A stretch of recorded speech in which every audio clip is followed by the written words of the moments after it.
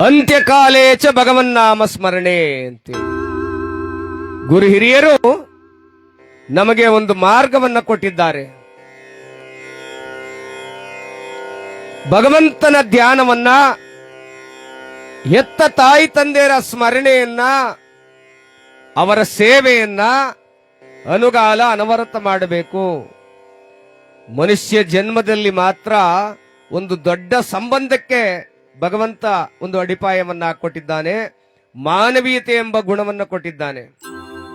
ತಂದೆ, ತಾಯಿ, ಮಕ್ಕಳು, ಮೊಮ್ಮಕ್ಕಳು, ಅಣ್ಣ, ತಮ್ಮ, ಬಂಧು ಬಳಗ ಎಲ್ಲರೂ ಕೂಡ ಮನುಷ್ಯ ಜನ್ಮದಲ್ಲಿ ಒಂದು ಅವಿನಾಭಾವ ಸಂಬಂಧವನ್ನ ಕಾಣ್ಲಿಕ್ಕಾಗಿ ಭಗವಂತ ನಮಗೊಂದು ಮಾರ್ಗವನ್ನು ತೋರಿಸ್ಕೊಟ್ಟಿದ್ದಾನೆ. ನೋಡಿ, ಅಣ್ಣ ತಮ್ಮನನ್ನೇ ಕೊಲೆ ಮಾಡುವಂತ ಸ್ಥಿತಿಗೆ ನಾವು ಬಂದೋಗಿದ್ದೀವಿ. ತಮ್ಮ ಅಣ್ಣನನ್ನೇ ಸಾಯಿಸುವಂತ ಸ್ಥಿತಿಗೆ ಬಂದೋಗಿದ್ದೀವಿ. ಅತ್ತೆ ಸೊಸೆಯನ್ನ ಸಾಯಿಸ್ತಾ ಇದ್ದಾಳೆ, ಸೊಸೆ ಅತ್ತೆಯನ್ನ ಸಾಯಿಸ್ತಾ ಇದ್ದಾರೆ, ಮಕ್ಕಳು ಅಪ್ಪನನ್ನು ಸಾಯಿಸ್ತಾ ಇದ್ದಾರೆ, ಅಪ್ಪ ಮಕ್ಕಳನ್ನು ಸಾಯಿಸ್ತಾ ಇದ್ದಾರೆ. ಇದೆಲ್ಲ ಒಂದ್ ಕಡೆ ಹೋಗ್ಲಿ. ನೋಡಿ, ಉತ್ತರ ಭಾರತದಲ್ಲಿ ಒಂದು 9 ವರ್ಷದ ಮಗು ಗರ್ಭವತಿಯಾಗಿದೆ ಅಂದ್ರೆ ನಂಬಕ್ ಸಾಧ್ಯನಾ? ನೋವಾಗುತ್ತೆ ಮನಸ್ಸಿಗೆ ಸ್ನೇಹಿತರೆ. ಗರ್ಭವತಿ ಆಗೋಗಿದ್ದಾಳೆ, 7 ತಿಂಗಳು ಗರ್ಭವತಿ, 9 ವರ್ಷ ವಯಸ್ಸು ಆ ಮಗುಗೆ. ಆದ್ರೆ ಕಾರಣ ಯಾರಪ್ಪ ಈ ಮಗುವಿಗೆ ಈ ಸ್ಥಿತಿಗೆ ತಂದವರು ಅಂತ ಕಂಡುಹಿಡಿಯುವಾಗ ಅವನ ಸ್ವಂತ ಅಣ್ಣ 11 ವರ್ಷದ ಮಗು ಆ ತಂಗಿ ಮೇಲೆ ಅತ್ಯಾಚಾರವೆಸಗಿದ್ದಾನೆ. ಕಲಿಗಾಲ ಎತ್ತಗೋಗ್ತಾ ಇದೆ ಸ್ವಾಮಿ. ಸಂಬಂಧಗಳಿಗೆ ಬೆಲೆ ಕಳೆದೋಗ್ತಾ ಇದೆಯಾ? ಇಲ್ಲಿ ಅಕ್ಕ, ತಂಗಿ, ಅಣ್ಣ, ತಮ್ಮ ಅನ್ನುವಂತ ಪವಿತ್ರವಾದ ಬಾಂಧವ್ಯಕ್ಕೆ ಎಲ್ಲರೂ ಕೂಡ ಕಳೆದೋಗ್ತಾ ಇದ್ದೀವಾ? 9 ವರ್ಷದ ಮಗು ಗರ್ಭವತಿಯಾಗಿ ಅವರ ಅಣ್ಣನೇ ಆ ಗರ್ಭವತಿಗೆ ಕಾರಣವಾಗಿದ್ದಾನೆ ಅಂದ್ರೆ ಎಷ್ಟು ನೋವಾಗುತ್ತೆ, ಕಣ್ಣಲ್ಲಿ ನೀರು ಬರುತ್ತೆ. ಈ ಮನುಷ್ಯತ್ವಕ್ಕೆ ಧಿಕ್ಕಾರ ಹೇಳ್ಬೇಕಾಗ್ತದೆ. ಹಾಗಾಗಿ ಬಂಧುಗಳೇ, ನೋಡಿ, ಇವತ್ತು ಚಿಕ್ಕಣ್ಣನವರು ಹೋಗಿದ್ದಾರೆ. ಒಂದು ಬಿಡಿಗಾಸು, ಒಂದು ಗುಲಗಂಜಿ ಗಾತ್ರ ಏನನ್ನು ತಗೊಂಡೋಗಿಲ್ಲಪ್ಪ. ನಾಳೆ ದಿನ ನಮ್ಮ ಬಗ್ಗೆನೂ ಕೂಡ ಈ ಸಮಾಜ ಒಳ್ಳೆ ರೀತಿ ಮಾತಾಡಬೇಕು ಅಂದ್ರೆ ನಾವೊಂದಷ್ಟು ಒಳ್ಳೆ ಗುಣಗಳನ್ನ ಬೆಳೆಸ್ಕೊಳ್ಬೇಕು, ಅಹಂಕಾರವನ್ನ ಬಿಡಬೇಕು, ಪರಿಶುದ್ಧವಾದ ಪ್ರೀತಿಯನ್ನ ಜನಗಳಿಗಾಗಿ ನೀಡಬೇಕು ನಾವು. ಅದೇ ನಿಜವಾದ ಜೀವನದ ಸತ್ಯ, ಅದೇ ಜೀವನದ ಸತ್ಯವಾದ ಮಾರ್ಗ. ಯಾರು ಸತ್ಯವಾಗಿ ನಡೀತಾರೋ ಅವರಿಗೆ ಸ್ವರ್ಗ, ಯಾರು ಮಿಥ್ಯವಾಗಿ ನಡೀತಾರೋ ಅವರಿಗೆ ನರಕ ಅಂತೇಳಿ. ಹಾಗಾಗಿ ಸತ್ಯವಂತರಾಗಿ ಬಾಳೋಣ, ಸಾಧ್ಯವಾದಷ್ಟು ಸಮಾಜಕ್ಕೆ ಒಳ್ಳೆಯದನ್ನೇ ಮಾಡೋಣ. ಮೇಲು ಕೀಳು, ಬಡವ ಬಲ್ಲಿದ ಅನ್ನುವಂತ ತಾರತಮ್ಯವನ್ನು ಬಿಟ್ಟು ಮನುಷ್ಯರಾಗಿ ಬದುಕೋಣ ಎಂಬುದಾಗಿ ಹೇಳ್ತಾ, ನಾವೆಲ್ಲ ಮನುಷ್ಯರಾಗಬೇಕು, ಮನುಷ್ಯ ಜೀವಕ್ಕೆ ಬೆಲೆ ಕೊಡಬೇಕು ಅನ್ನುವಂಥದ್ದೆಲ್ಲ ಆಗ್ಲಿ ಅಂತ ಹೇಳ್ತಾ, ಈ ಭೂಮಿ ಮೇಲೆ ಬಾಡಿಗೆದಾರ ನೀನಣ್ಣ, ಅವನು ಹೇಳಿದಾಗ ಜಾಗ ಖಾಲಿ ಮಾಡಿ ಹೋಗಣ್ಣ, ಇಲ್ಲೇನು ಒತ್ಕೊಂಡು ಹೋಗಲ್ಲಣ್ಣ ನೀನು. ಪ್ರೀತಿಗಿಂತ ದೊಡ್ಡದ ಆಸ್ತಿ ಯಾವುದು ಇಲ್ಲಪ್ಪ ಇಲ್ಲಿ, ಅದೇ ಆಸ್ತಿ ಆಗ್ಲಿ ಅಂತೇಳಿ.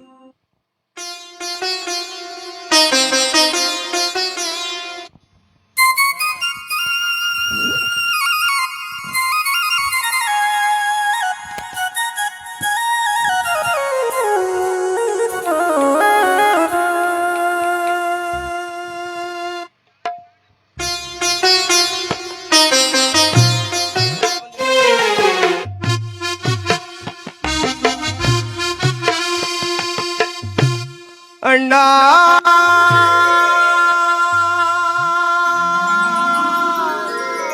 ಅಣ್ಣ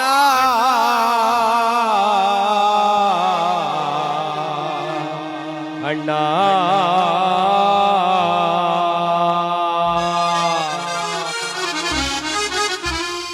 ನೋಡಿ, ಕಲಿಯುಗದ ಶರೀಫ ಅಂತಲೇ ಹೆಸರು ತಗೊಂಡಿರ್ತಕ್ಕಂಥ ನಮ್ಮ ಋಷಿಯವರು ಬರೆದಿರ್ತಕ್ಕಂಥ ಒಂದು ಗೀತೆ. ನಮ್ಮ ಋಷಿಯವರು ಎಷ್ಟು ಒಳ್ಳೆಯ ಗೀತೆಯನ್ನು ಬರೆದಿದ್ದಾರೆ. ಪ್ರತಿಯೊಂದು ಸಾಲು ಕೂಡ ಅರ್ಥಗರ್ಭಿತವಾದಂಥದ್ದು. ಕೇಳಿ ನಾವೆಲ್ಲ ಅಳವಡಿಸಿಕೊಳ್ಳೋಣ.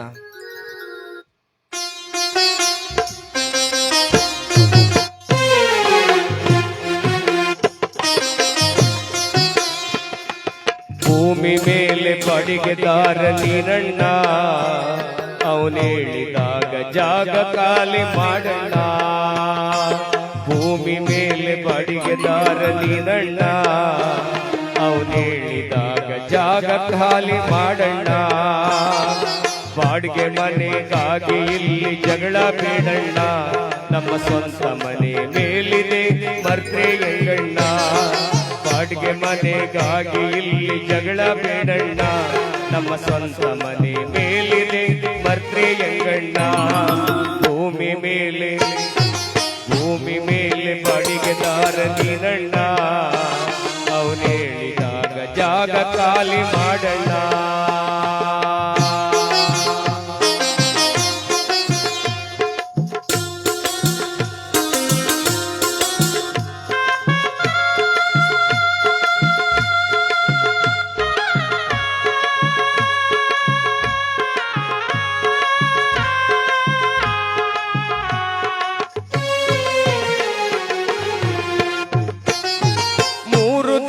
ಸಂತೆಯಲ್ಲಿ ನಗ್ತಾ ಇರಣ್ಣ ಮೂರೇ ದಿನದ ಸಂತೆಯಲ್ಲಿ ನಗ್ತಾ ಇರಣ್ಣ ಇಲ್ಲಿ ದ್ವೇಷದಿಂದ ಏನು ಲಾಭ ಇಲ್ಲ ತಿಳಿಯಣ್ಣ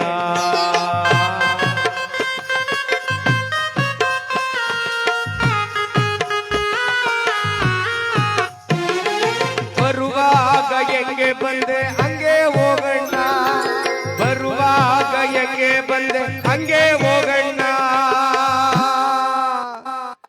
ನೀನು ಇಲ್ಲಿಂದ ತಕೊಂಡೋಗೋದೇನು ಇಲ್ಲಣ್ಣ ಅಣ್ಣಯ್ಯ ಅಣ್ಣಯ್ಯ ನೀನು ಇಲ್ಲಿಂದ ತಕೊಂಡೋಗೋದೇನು ಇಲ್ಲಣ್ಣ ಅಣ್ಣ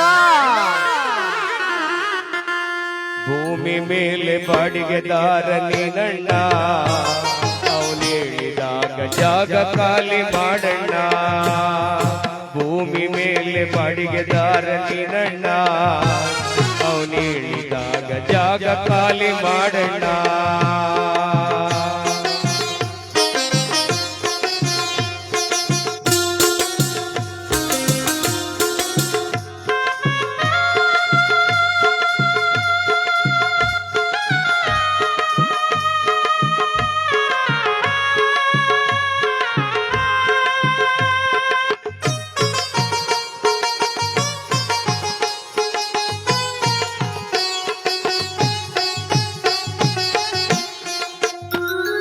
ಪ್ರೀತಿಯಿಂದ ಜಗವ ಗೆಲ್ಲು ಕಷ್ಟ ಅಲ್ಲಣ್ಣ ಪ್ರೀತಿಯಿಂದ ಜಗವ ಗೆಲ್ಲು ಕಷ್ಟ ಅಲ್ಲಣ್ಣ ನೀನು ಮೋಸದಿಂದ ಏನೇ ಮಾಡು ಉಳಿಯೋದಿಲ್ಲಣ್ಣ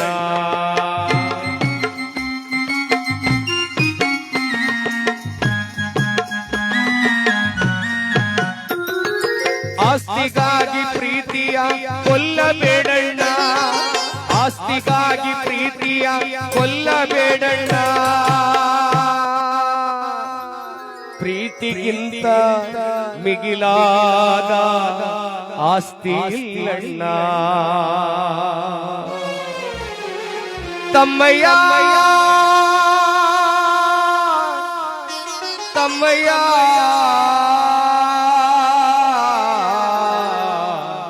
ತಮ್ಮಯ್ಯ ಭೂಮಿ ಮೇಲೆ ಬಾಡಿಗೆದಾರ ನೀನಣ್ಣ ಅವನೇಳಿದಾಗ ಜಾಗ ಖಾಲಿ ಮಾಡಣ್ಣ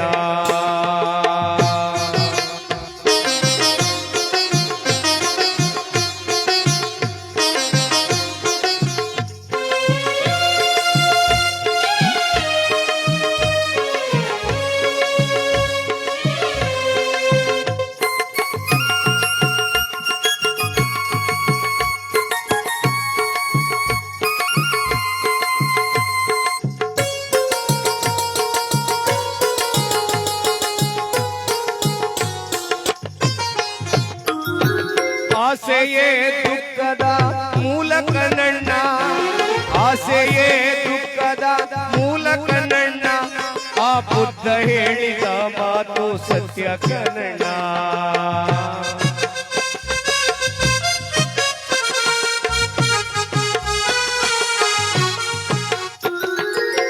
ಸೂತ್ರಧಾರ ಮೇಲುಂಟು ಸತ್ಯ ಹೇಳಣ್ಣ.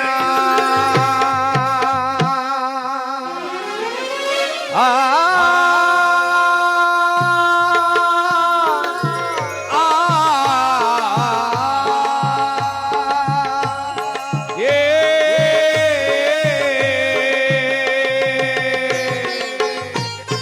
ಸೂತ್ರಧಾರ ಮೇಲುಂಟು ಸತ್ಯ ಹೇಳಣ್ಣ.